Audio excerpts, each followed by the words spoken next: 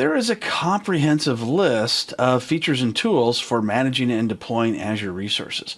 However, for the AZ900 exam, you don't have to have deep knowledge of all of these. Just make sure you understand a definition of what each one does. For instance, starting out with the Azure portal. We've been in the Azure portal a lot in this AZ900 course. This is a web-based graphical user interface, and it allows for the management of Azure resources through a web browser. You can go ahead and create users and enter ID, add resources like virtual machines and storage. Then there's the Azure Cloud Shell, and this is a browser-based command line tool that's accessible from the Azure portal, which I've shown you in previous demonstrations. It supports both Azure PowerShell for Windows-based commands and Azure Command Line Interface for Bash-based scripts.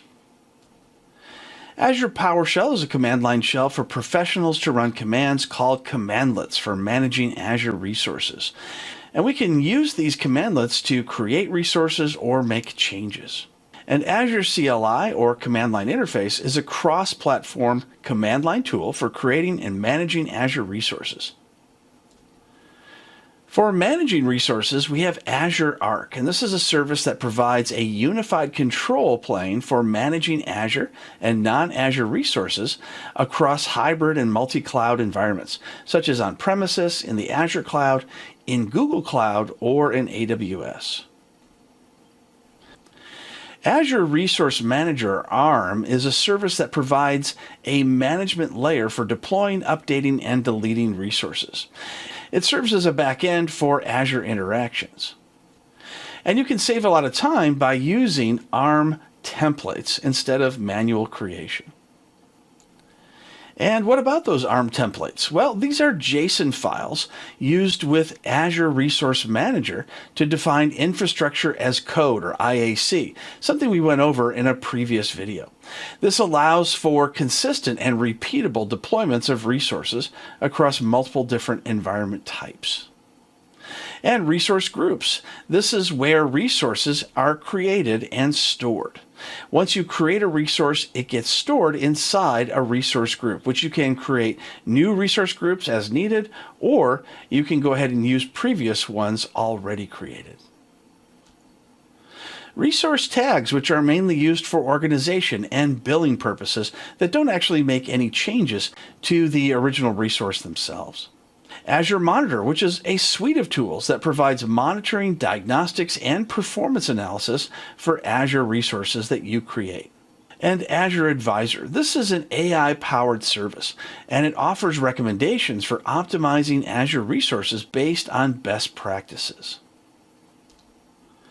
I'm going to show a demonstration where I use Azure Cloud Shell to open PowerShell and create a new Azure user.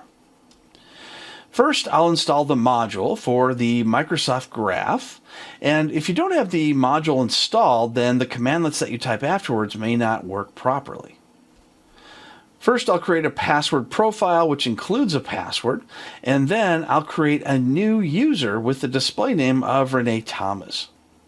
I'm going to enable the account, create the nickname of Renee T, and create a fully qualified user principal name, which is going to be Renee T, at techpubhub.onmicrosoft.com.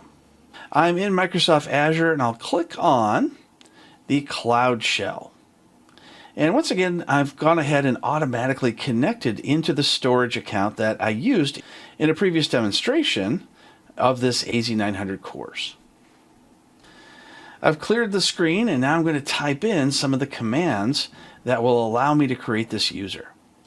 First, I'm going to paste in the commandlet to install the module for Microsoft Graph. I'll go ahead and say yes to go ahead and install the module. It might take a minute for the modules to install. Once again, I'll clear the screen, and I'm going to paste in the password profile. And now I'm ready to create my new user. And there's my user, Renee Thomas. Let's just double check that it shows up in Enter ID. And there's our new user. Using PowerShell through the Cloud Shell option is a great way to add resources and users in Azure.